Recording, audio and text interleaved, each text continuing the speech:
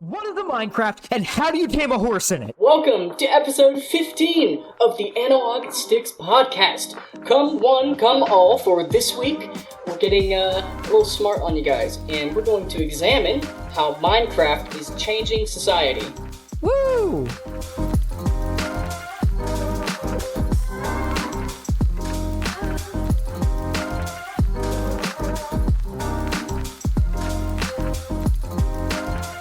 Alright guys, my name is Cody, his name is Rusty, What up? and today I am taking the reins and we're about to talk how Minecraft influences design.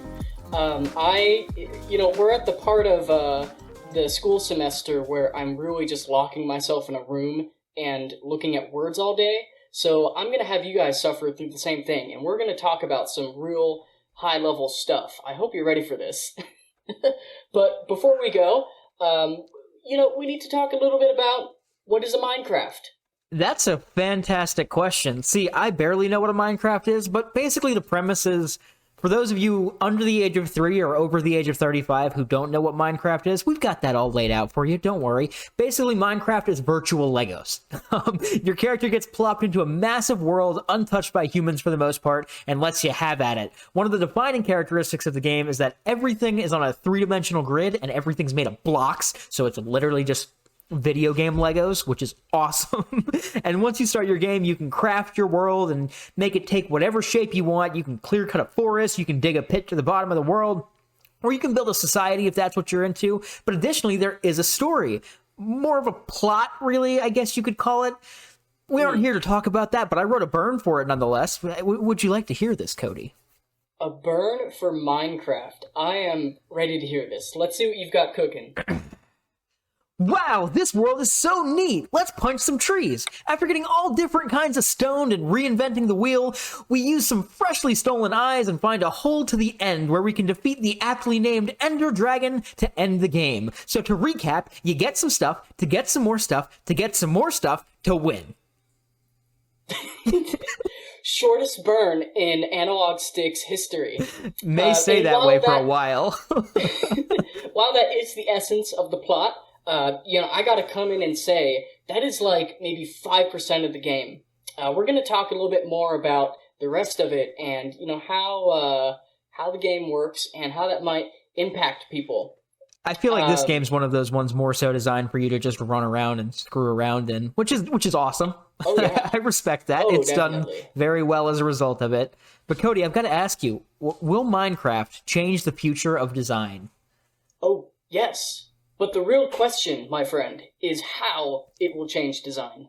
But before we can talk about this, we are going to have to cover some background. So this episode might be a little bit different because we're going to go over just this kind of idea that I've had floating around in my head for the past couple months. And I've been super excited to get this out. We're going to see, though, how effectively I get this out and how entertaining it can be.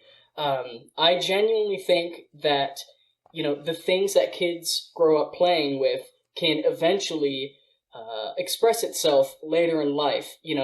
So many kids now are playing Minecraft who are one day going to be architects and designers. And so it might be worth looking at Minecraft and seeing, if this is their first experience was that kind of thing, then who knows? How is that going to impact their thoughts and decisions regarding how they see the world around them. Of course, there are lots of things that can affect the future of designers. Kids grow up in a society. We live in one, funny enough. Things like conflict, new ideas, emerging problems, all that sort of stuff comes together and affects how you see the world. And of course, one of those big things, though, is toys and games.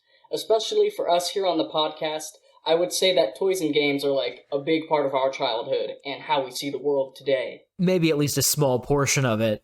But I've got to say, you bring up this idea that all kind of toys affect how we view the world and maybe even our philosophy.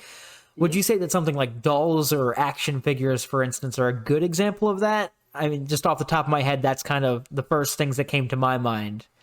I do believe that the things kids play with can kind of, not only does it inform how they see the world, But really, when toys are designed by people, they're designed by people who also see the world in a certain way. And even if it's subconscious, people will impart some of their own beliefs, worldviews, or philosophies into the toys that they make for kids. One example is Barbies. Way back in the day when they were first made, I think it kind of represented this idea of like what women should be and what women can do, right? Barbie had all of her very feminine jobs. She was a super feminine character, and the girls would play with them. The idea was that you like play with their hair and play dress up with them. And then meanwhile, boys had their own action figures, big buff superheroes, whatever. But yeah, even toys that aren't social like that, friggin' marble tracks, have this idea of engineering and putting the world together in a logical kind of sense, exploring physics and how stuff works. I think, the kinds of people who design marble tracks are interested in nerdy kind of moving parts like that, and that gets imparted into the kids. What about something a little more modern? I mean, you're saying stuff like even marbles and action figures have an effect on the way we see the world. What about something more modern, like, oh god, I don't know, a Bop It, because those aren't 15 years old at this point. What about Bop It? Does that have any effect on society? What's a better example than a Bop It? Oh my god. I know, maybe not every toy has to impart a specific philosophy, but it still certainly can teach you something. I don't think there's very many toys or games that are completely vacuous and empty of anything. Bop-Its can reinforce, social ability between the people playing it. A lot like video games, there's a lot of hand-eye coordination and quick thinking that has to go into it. But more importantly, in a Bop It, twist it, pull it. It's seared into my brain for the rest of my life, because that's going to prove useful one day. I've played with Bop-Its, but I don't know if I've ever, just had a whole Bop-It round with somebody, I think that I did when I got one for Christmas, probably 15 years ago. Do you still have a Bop-It? I actually think we do still have a Bop-It buried in the closet somewhere. I could try to dig up. We gotta record that. We gotta play some and just put it up on the channel. Yep, let's play Bop It. Coming soon. It might actually, who knows? If you guys want to see us play Bop It, just leave a comment down there, Yeah, leave a review that says Bop It. Oh. So now, we've talked a little bit about how toys might affect kids, and I'm going to say, this is an academic, I'm going to make a lot of hard, definitive statements that probably aren't true at all, but this is just me talking about my crackpot ideas, right? Hey, but we're on the internet, so people will believe what they hear. That's right. People will believe it. Some people won't believe any of it and just call us stupid and other mean words we have to censor. Well, a lot of the time they're not wrong, but yeah. So here's one example where actually you pushed back a little bit, and I appreciate that. But I still believe this. I think recently, kids have had less unstructured outdoor time. Not every kid, but definitely a lot of kids have had that experience of more time indoors, less time to just run around free, do whatever, See, yeah, when we were first going through the general flow of this episode and what we wanted it to be, you brought this up, and my first thought was, maybe for you, kids had less unstructured outside time. I personally, lived life outside if it was sunny. I spent more time cut up by briars and stuff than not. So maybe that's why you're a little smarter than me, but I was always outside as a kid, and I thoroughly enjoyed that, looking back at it. But I see what you're saying. I'm not necessarily a fluke, but a dying breed, if you will. I don't know. Yeah. While I was playing Minecraft on the computer, you were playing Minecraft in real life. No, me and my friends were just seeing how far we could jump and seeing if it would hurt if we jumped out of a tree, and seeing who could climb the highest, and then falling. And we went to the ER climbing a lot. On top of each other.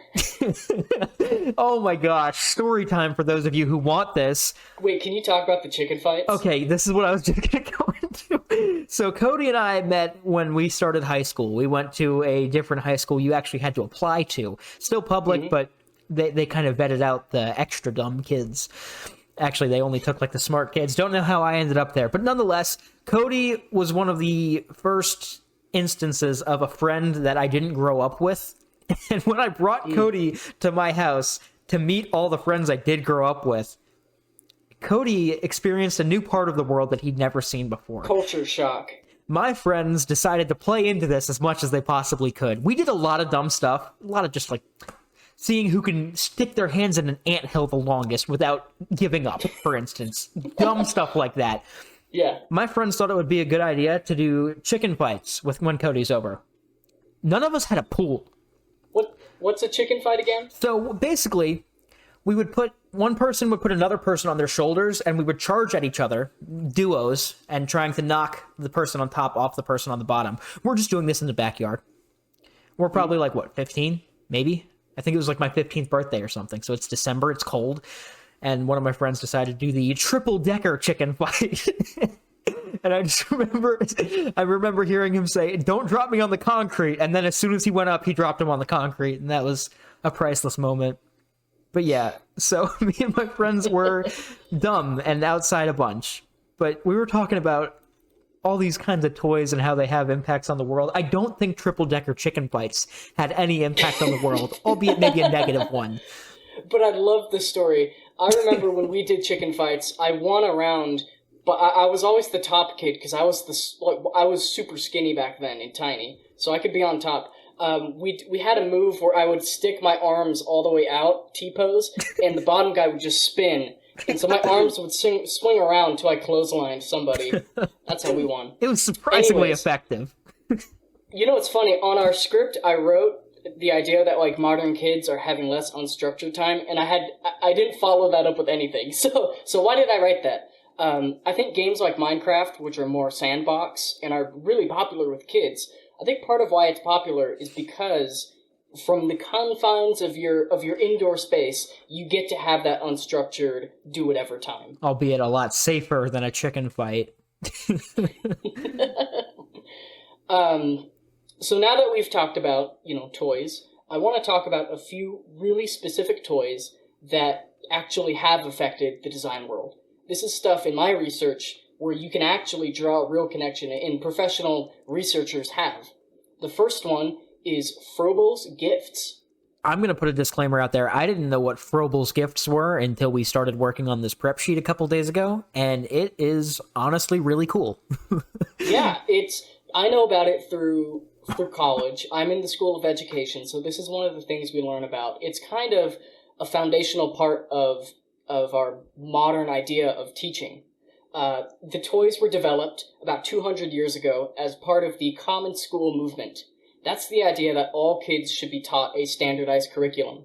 It's something so basic that I think a lot of people take for granted, that the way we teach our kids today is like a very designed experience. We didn't just happen to start doing school like this. It took people sitting down in a room being like, okay, now that we're industrialized and we're all working jobs that aren't farming, how are we going to teach kids?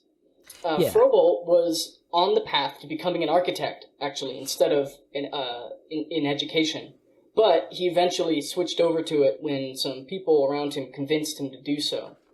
I personally relate to this. I started out in engineering and I switched to tech education. Going from engineering to education can bring a different type of perspective than people who are just teaching.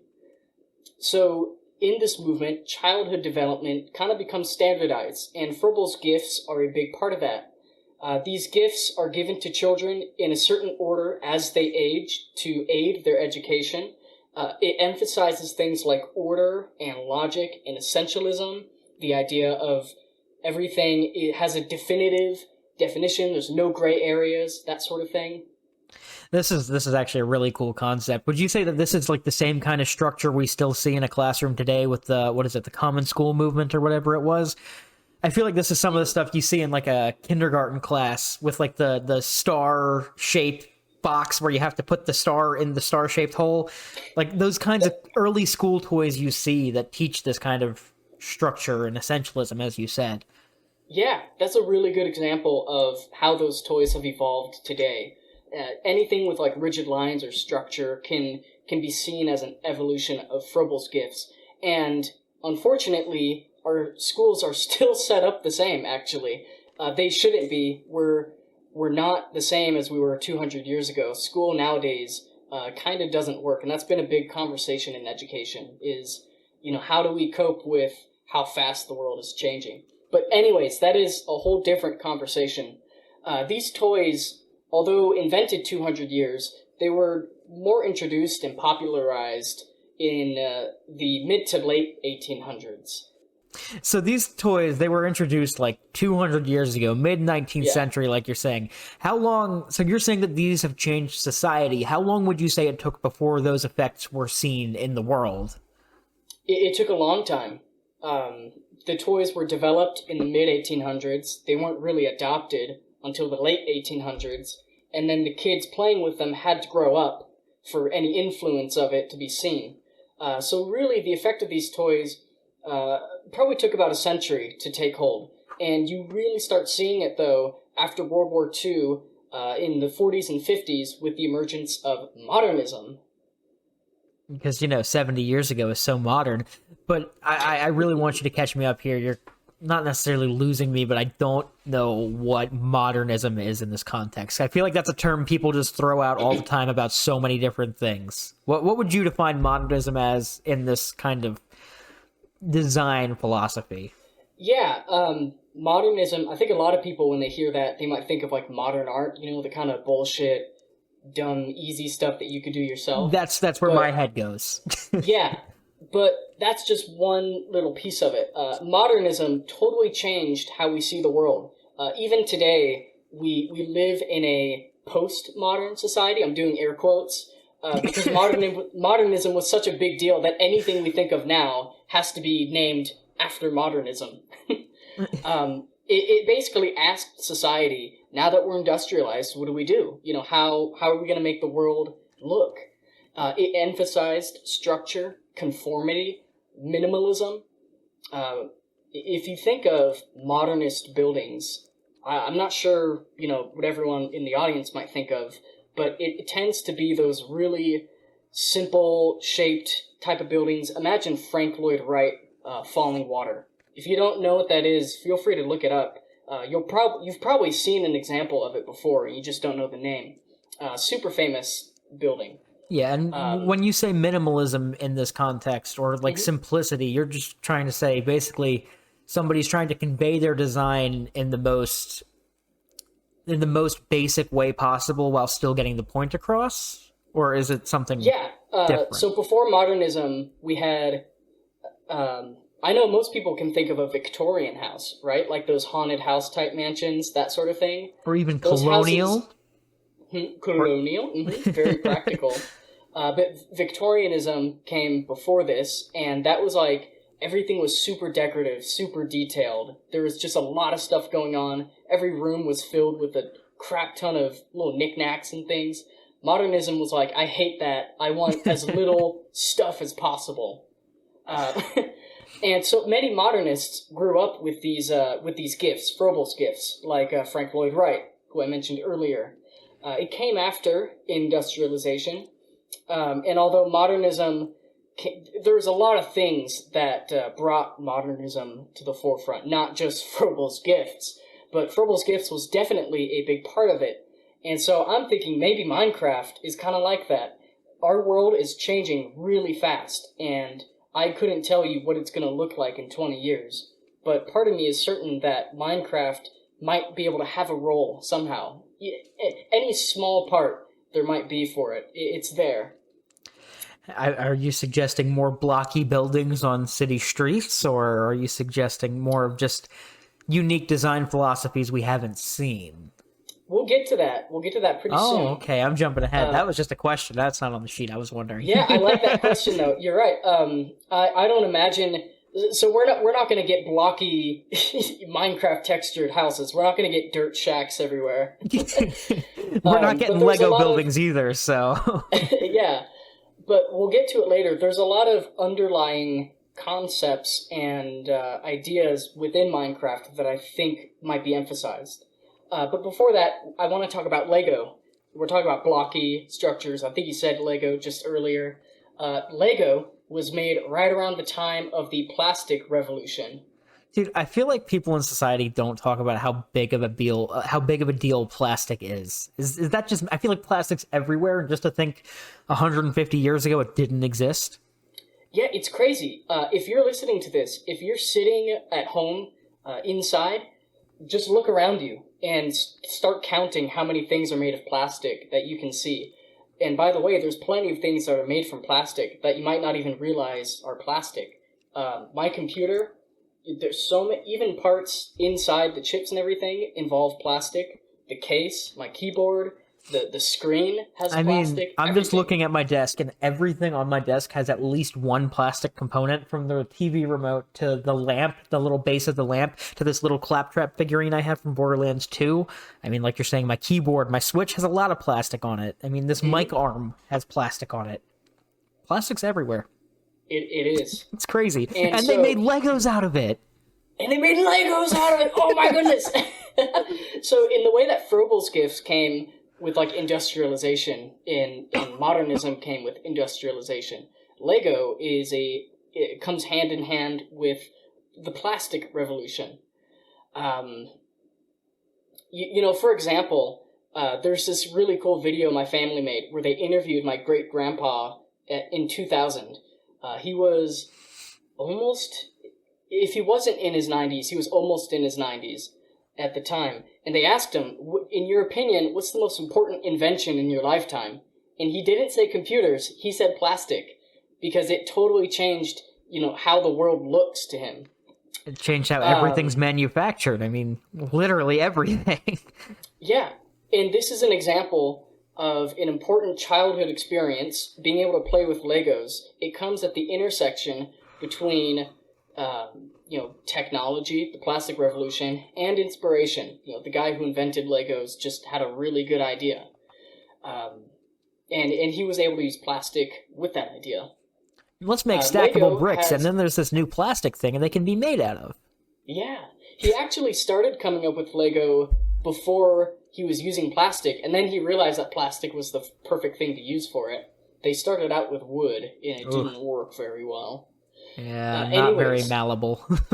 Lego is this modular system that emphasized, once again, order and logic. You'll see that again in Minecraft. There's some things that kind of carry through. But unlike Froebel's gifts, Lego was much less structured. Froebel's gifts, it was like, here are the instructions, here's exactly how you give it to your kids and what they're supposed to do. Lego, everyone knows this, unless you're just building sets to display it, usually when you're a kid, Lego is just a bin of bricks, and you're free to do whatever you want with it. Oh, if you didn't build a rainbow Lego house as a kid, you did not live life. But what I'm hearing you say is that Legos, they still encourage some kind of a structure like Froebel's gifts did, but they allow kids to be much more creative and independent in the way that they play with them. It kind of lets kids do their own thing for the first time in essentially generations, is what I'm hearing. Yeah, imagine the experience of growing up in the 40s or 50s. It's very rigid. It's like you do exactly what your parents say. You don't dare question them, all that. That started changing in I'd say the 80s, 70s. Probably 70s.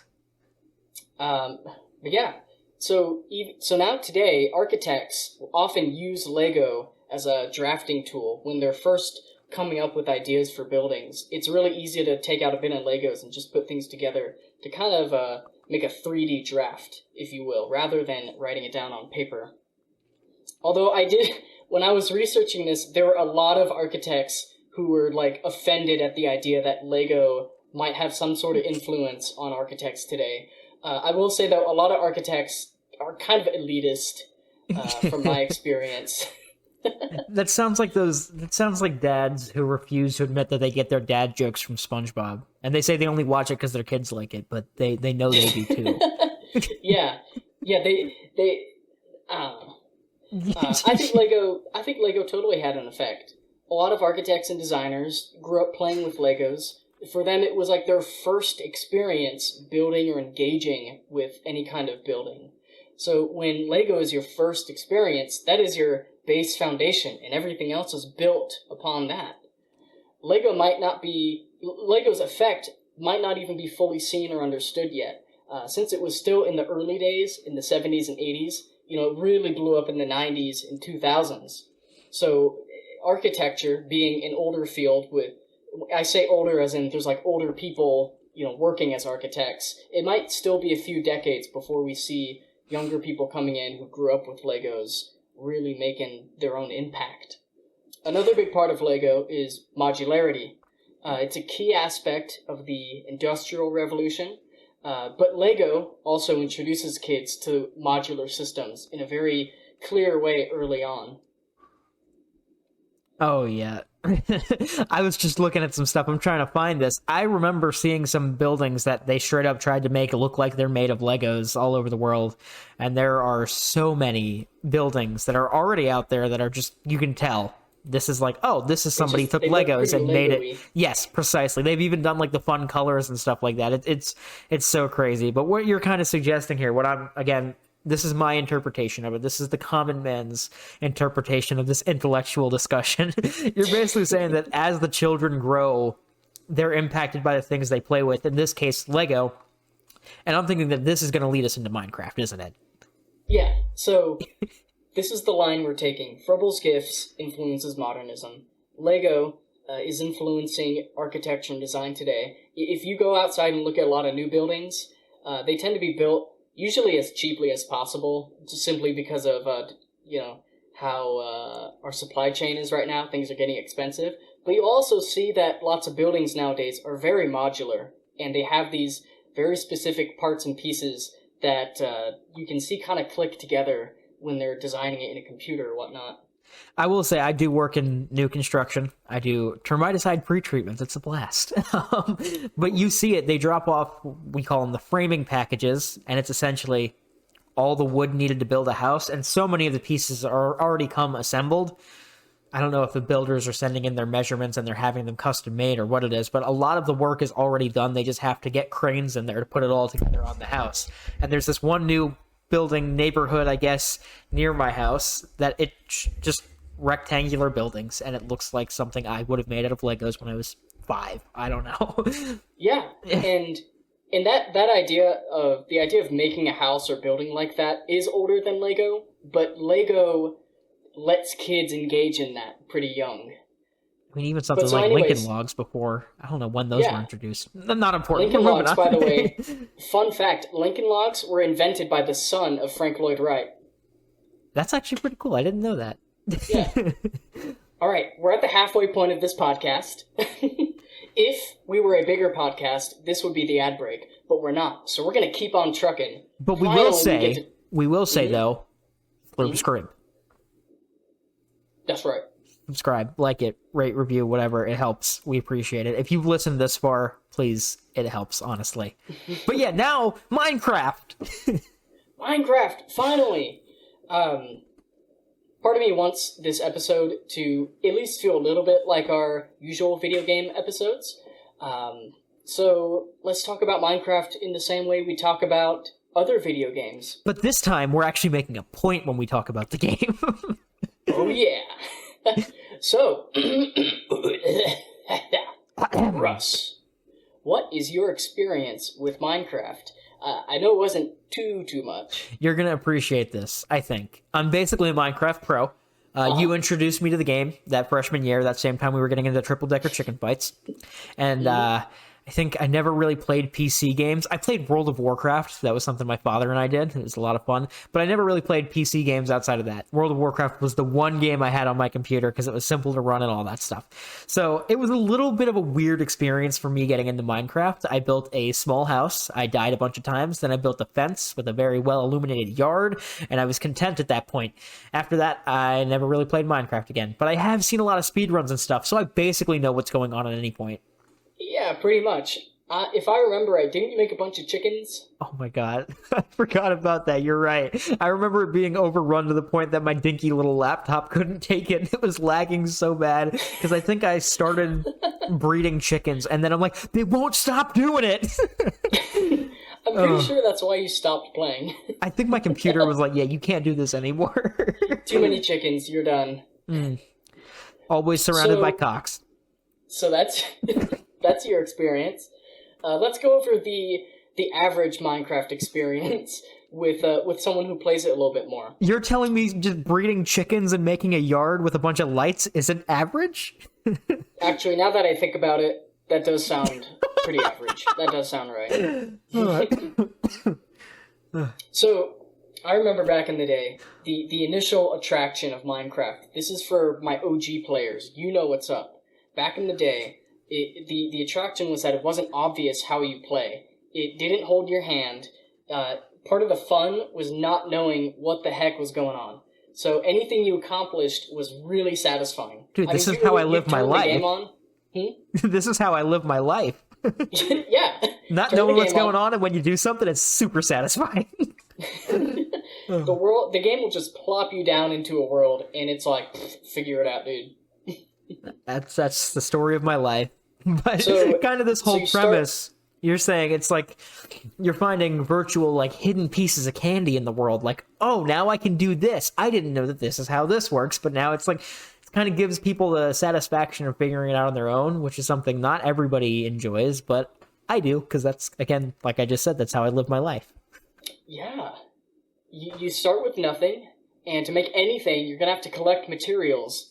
To make tools, to collect more materials, and then you use those materials to make more tools, and you repeat that a few times. Just like what you were saying in the beginning. And then you end up sitting here on a podcast talking about Minecraft. No, but sorry, I interrupted you. So why do people play the game? Well, if you need the game to give you a goal, it kind of does that. They did that almost in an obligatory manner. There's a couple boss fights. To access the End Dragon Battle boss, you need the highest tier material so that you can go to a dimension where you'll find more high tier material so that you can go to the Ender dimension to beat the Ender Dragon. Amazing gameplay, 10 out of 10. But as fun as survival in the story is, it's not why Minecraft has gotten as big as it is, and it's not why people keep playing. Personally, I think those aspects you're talking about, particularly the survival, they add a new aspect to let's call it a building-focused toy, if you will, and it kind of really revolutionizes that concept in my eyes, and it makes it even more engaging and immersive, that it's not just, hey, you can build stuff, it's now, hey, there's stuff trying to attack you while you're trying to build stuff, and it just makes it a little more gamey and a little more engaging and immersive, as I said. I think that's really cool. Yeah, it's cool. Lego is you just build it and it's all your imagination, which I think is awesome. I think that's really healthy for a kid to go in and use their imagination like that. But after you build it, you get to tear it down like Godzilla, and that's always really cool. Oh, it's so fun. Hey, Minecraft, you got TNT. Boom. Boom. But so, before Minecraft, games kind of struggled to give players a real sense of freedom. They were limited by how powerful computers were. A lot of games would try and do that, but ultimately, whatever you did was really dictated by the game designers. Minecraft, however, cracked the code on how to make emergent gameplay. That's where the player plays the game in ways that the developer maybe didn't intend. I think Sims and SimCity... I was just about to say the same thing, yeah.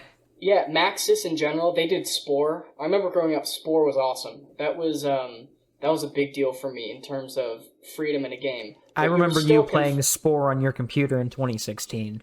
Hey, it's been a long time. That might have been the last time I played it. You were waiting for Fallout 4 to release on your Australia VPN, and you were playing Spore in the student lounge. I remember that, because you just had it. Yeah, that was a... Well, we're both nerds, aren't we? You might be. So it's a guy heading a video game podcast. Anyways, Minecraft completely changed the design world, at least within the gaming world. For a few years, I remember every game had to have a survival or crafting game loop. Dude, you're so right. Oh my god, I just almost destroyed my mic. You're so right, though. I mean, I feel like there's so many games that just had crafting shoehorned in for no reason. I mean, like, I think Assassin's Creed had a crafting system at one point, and, like, Fallout, didn't that have, like, a really bad one? But I remember there also... It just wasn't really that good. There are also some games that kind of more so focused on it after this, that kind of tried to follow in Minecraft's footsteps, like Terraria or Rust. But Mm-hmm. there are some egregious examples of people making different games and trying to be like, and it's also Minecraft.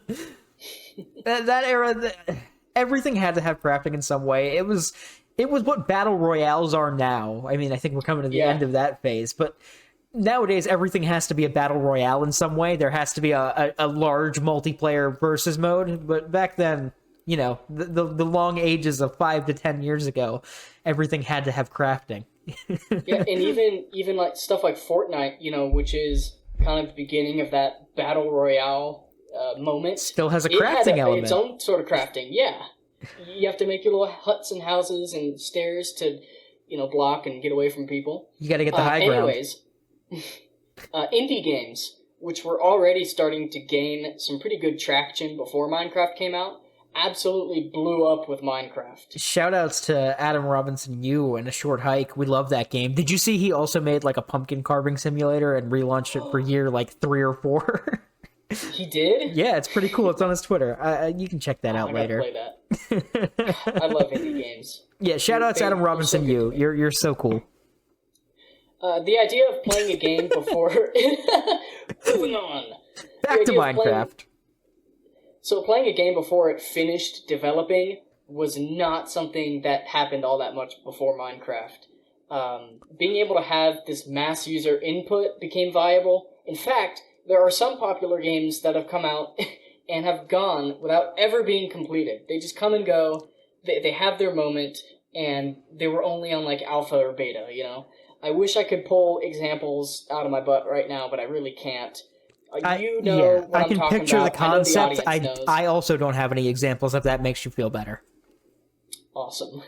Even today, you can see Minecraft's influence pretty softly on games like The Legend of Zelda: Breath of the Wild, where it has its own little crafting system for food and potions, and it, you know, has this survival element that I think Minecraft did a really good job at bringing to the masses. I will say Minecraft does the whole food system better than Zelda, though, because it's realistic. You actually have to eat the food rather than just going into a menu and eating 400 apples to regain all your health all at once. Oh, it's funny. You actually get that... I wish I could remember where it was. I remember seeing an animation once where like it visually showed what that would have looked like to the enemies in Breath of the Wild, where they're like fighting Link, and then suddenly he has just a barrel full of apples that he chomps down in all at once, second, and just is ready to beat him up again. It's like spinach. I feel like I've seen that. Yeah. And so since gaming now is one of the biggest entertainment mediums in the world, it's only getting bigger. I think, conceivably, Minecraft's influence in game design, production design, even sales philosophy could certainly spill over outside of the gaming realm. We might see that one day where, I don't know, maybe there's other industries that kind of adopt to how gaming works and how gaming likes to do things. We'll see. That'd be really cool. Yeah. This brings us to the final section of this podcast, the part where the script runs out, so we're going to have to be a little more free-form with this. We'll see how that works out. But I want to get really specific with Minecraft and design, and what is it about Minecraft that can change design in the future? We've been fully primed. This took way too long, but now we're at the good part. This is the part where I'm super excited to just talk. The first thing we could talk about is environmentalism. That's one of the big leading problems of the world today. In preparation for this podcast, I actually got to talk to my design professor, and we were just talking a little bit about design. And he was saying how, you know, design in the future is always influenced by the problems of today. And a big problem today is climate change, how we use our resources, dwindling resources, and how do we share all that. Minecraft has a lot to do with that too. When you build in Minecraft, it affects the world around it. If you're playing in survival, you have to collect the materials to make your stuff. So if you want a house in a forest, you're going to have to crack some eggs, chop some trees down. It's going to change how your environment looks, so you can then change the environment even more. There's an element of sustainability. I have one experience where I was playing on a server with some friends, and you know, we went into the forest, and we wanted to build a village, so we cut down all the trees to get wood, but We got way too excited, and we literally cut down all the trees around us. So when we ran out of wood to use, we're like, oh, crap. Now we have to go exploring for like half an hour just to find a tree so we can plant the sapling and get a forest going again. Anarchy servers in Minecraft where like anyone can join and do whatever. Saplings are like a super precious resource because everyone just gets on, cuts down every tree, and suddenly you have to go hours of traveling just to find a tree so you can get some material. Yeah, you have anything to say? That's a crazy concept right there. Just the whole thing of you have to think about your surroundings when you're just trying to play with virtual Legos. It's really kind of cool to think about the whole concept of all your actions have consequences, which is a good real life lesson for those of you who are curious. And I mean, this game gives the audience so many more decisions to make than something like Lego, for instance, ever could offer, and that's just an amazing concept. I love it. Yeah, it's one example I could give you is with me growing up playing Minecraft, it has affected how I play games like City Builders. I love a good city builder. Shout out to City Skylines. I hate how much DLC there is, but it's an amazing game. But when I'm building my city, I don't know, sometimes I still have Minecraft brain, and I get scared of just building a big urban sprawl, because I'm like, that's gonna wreck the land. Where's all the trees and stuff gonna go? Yeah, that's just one example of how it affects how I play games. I mean, I'm picturing you in SimCity and things are getting dicey quick. Why is it on fire? A big thing Minecraft has over Lego is that everything has context. What I mean by that is when you build a house, you're not just building a house like you do with Legos. You're building a house in an environment. Maybe it's up in a mountain, in the desert, in a cold place, on the side of a hill, or at the bottom of a valley.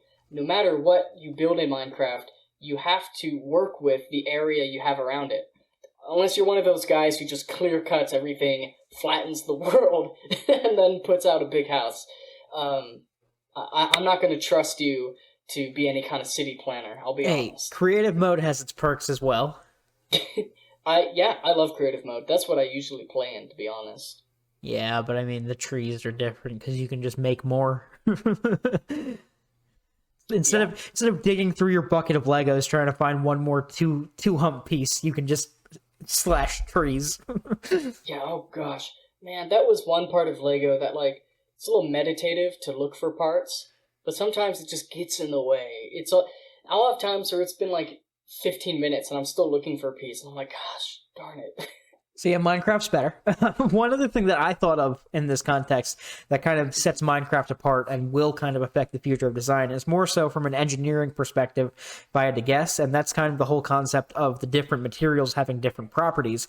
Sometimes it's in the physics and stuff, sometimes it's in how they can be destroyed or how quickly they can be destroyed in different fashions and whatnot, and how different materials interact with one another, and kind of the whole... It's going back to the environmentalism you were talking about earlier and how different things behave differently and consequences occur based on your actions. But this time it's more so, I don't know any good examples because I'm not a avid Minecrafter, if that makes sense. But like this material and this material, good. This material and this material, not good. I don't know if there are any examples you could list off, but that's a concept that's very interesting to me. I've got two things to say to that. The first one is... You're totally right. I think there's an element of texture to Minecraft that Lego doesn't have. Lego bricks have all kinds of colors. They might have things printed on. Some are a little rough, but most are just smooth. Lego has a lot to do with color, and you can make texture with certain techniques. The average kid isn't doing that, though. Minecraft, however, every block has its own texture, and so when you're building, you kind of see, this one is really rough, this thing is smooth. How does that work together? The second thing is the blocks themselves do have properties besides just what you see, which is really cool. The first thing I can think of is blast resistance with TNT. Cobblestone is harder to blow up than dirt, and so as a kid you're playing, you might think, oh man, I want to make my house out of the strongest material possible so it can't be blown up by anybody. And that right there is making you think about the additional dimensions to how you make things more than just the visual or getting it together just to live in. suddenly kids are thinking about, what kind of material do they want to choose for different contexts. And it's some high-level stuff that kids are being able to learn just by playing. They might not consciously be like, oh, I'm selecting different materials for different contexts in this place here, but they're still doing that. It's somewhere in there that they recognize the importance of what you choose when you're building stuff. Some kind of functionality. You have to think about how things actually work and whether or not it's practical in a sense. I mean, of course, you can't just build a house out of dirt and call it a day. The physics engine will let you do that unless you're using a sand or a gravel, which those are unique examples that I actually know of. But the whole concept of, like you're saying, this material will work better for this than this material is kind of a whole mindset that works really well in the field of engineering, for instance, or even some kind of more broad design. I don't know a good example, but I love that. Talking about engineering, by the way, this might be tangentially related to design. I think it is, definitely. Yeah. Oh, yeah, there we go. You just wrote it in the document, Redstone. Minecraft is a big deal for teaching kids the basics of computing. I remember I was probably 12 or 13 when I started getting into redstone. This was when pistons were new, and I just really wanted to push blocks around. But I saw some tutorial online on how to make this cool door where, you press a button and the blocks themselves move out of the way, and when it's closed, you don't even know there's a door, it's hidden. Stuff like that was just so cool to me, and being able to find tutorials on how to make it, I think taught me a lot about some of the very fundamental ideas of how circuits work. And so now, I'm in college doing tech education. I'm building my own circuits and learning more about that. And a lot of that stuff comes easy to me because I'm able to just relate it back to Minecraft and my time messing around with redstone, trying to make stuff work. That being said, I would not ask Cody to work on my breaker or my electrical meter, but it's still cool to have that base knowledge. You know what? In a couple of years, you might though. Right now, I'm doing a class where we're talking about home electrical wiring. I'm learning how to wire up not just the light bulb, but like all the wires that go behind the wall and how you get the switch connected and stuff. It's all cool. Yeah, that's actually really cool. I love the fact that colleges just have classes like that. Yeah, dude, oh my gosh. I got my 2-year degree, and all the classes are like history, math, English. I took a bunch of communications classes, which are coming in handy now. I'm doing a podcast. Hi, how are you doing? But like, yeah, this is how electricity works. It's a really fun classroom where we're doing this wall electricity. What's the word? We're electrocuting wiring. Stuff. Wiring, yeah. We have a fake wall set up. It's like the actual, what's the word for it? The studs of the wall, like the framing. The stuff I look at every day. Yeah, it's everything that would be there except for the wall itself. And we just have the wires exposed, and we get to play around with it. Make sure it's all unplugged before we touch anything. We're not trying to die. Zapped myself a couple times. It's not fun. It's why I switched out of engineering, to be honest. A big part of it is just that I was too dumb, and I was having a hard time with the math classes. But engineering, as a degree, there's not much fun stuff you get to do. It's a lot of theory and math, and like, what equations do you use when? I kind of just wanted to mess around with stuff and build things. You wanted to play Minecraft in real life. I want to play real life Minecraft. That's right. So the people like Cody who are willing to learn the math, I think they will have a great impact on design because they want to just mess around with these things. But if they can stomach the math, which is not something for the faint of heart, that'd be really cool. Man, props to the real engineers who can actually do the math stuff. I'm over here just making things like a schmuck. I remember years ago, I think this might have been just after you moved, but you sent a picture to something. I don't even remember what it was. You're like, I aspire to be an engineer one day. And you put like the ash pan on the bottom of a charcoal grill upside down. That was priceless. I remember that like it was yesterday. That was so funny. Yeah. I was building that grill and I finished it. And I was like, wow, I did that. And I took like 2 looks at it. I was like, something seems kind of off. Oh, that's not right. Oh, that was hilarious. I am curious. This is a question we don't have any prep for, so you might not have a solid answer. But we're talking about how that Minecraft may influence design. From an architectural perspective, what do you think a building influenced heavily by Minecraft would look like? Ooh, good question. So to me, Minecraft is interesting because as you build stuff, you're walking through it physically. A lot of architecture right now, traditionally, you ideate it, you make some drawings, and then you'll make your little scale model where you kind of have a look at it in 3D.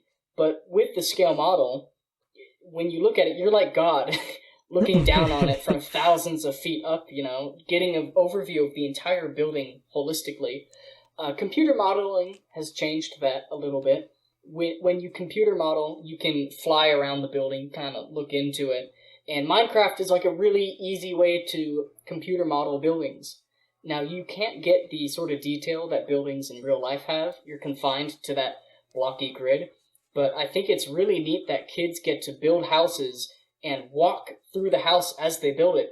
Plus, they have to build the house in a way that they can get it together. You can't just put up a wall and put up another wall and do the roof and everything. You have to be able to reach all the different places. So maybe you put up the corners first, and then you build the walls up around and put a roof on with some scaffolding around.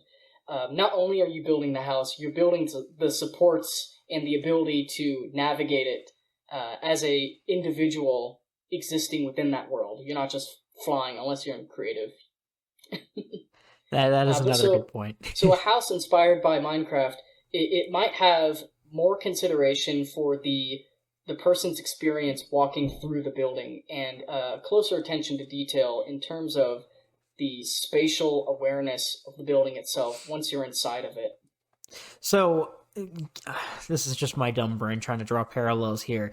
You're thinking that it'll be easier for people to work on and live through in some sense, in the sense that it's designed from a more practical perspective, and the fact that somebody actually had to theoretically build it in Minecraft or whatever.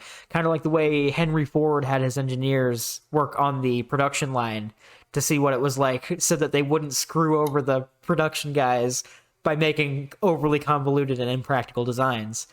Yeah, oh my gosh, it's funny that you mention, the idea of Ford going through and doing this work himself and seeing how it works.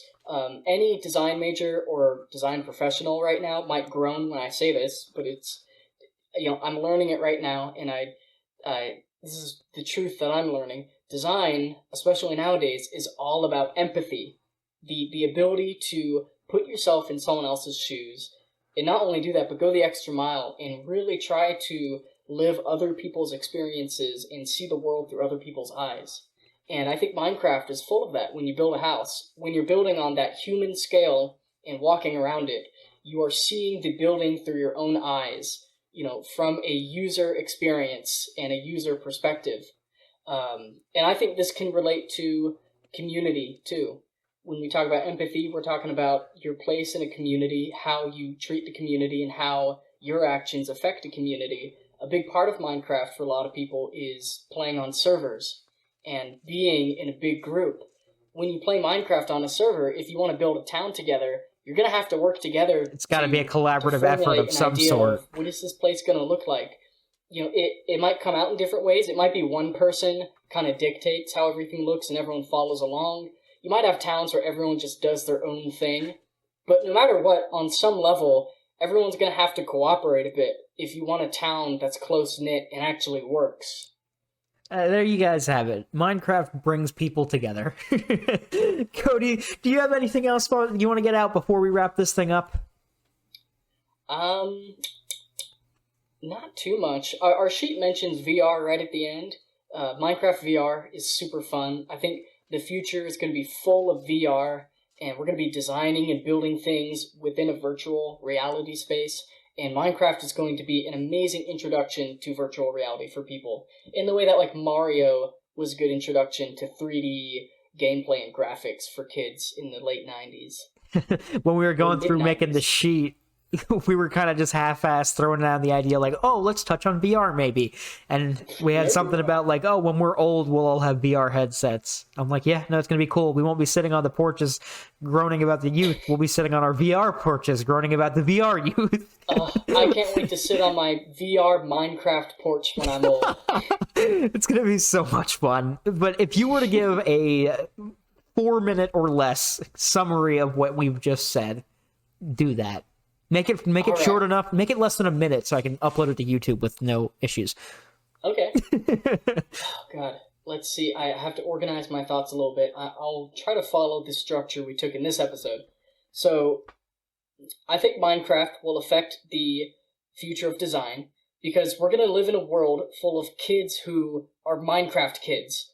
You know, there's over 200 million Minecraft players right now, and I know for certain a lot of architects are going to say, oh yeah, I got into architecture when I played Minecraft as a kid and got to build houses. One day our cities are literally gonna be shaped by the kids playing Minecraft today. That's crazy to me.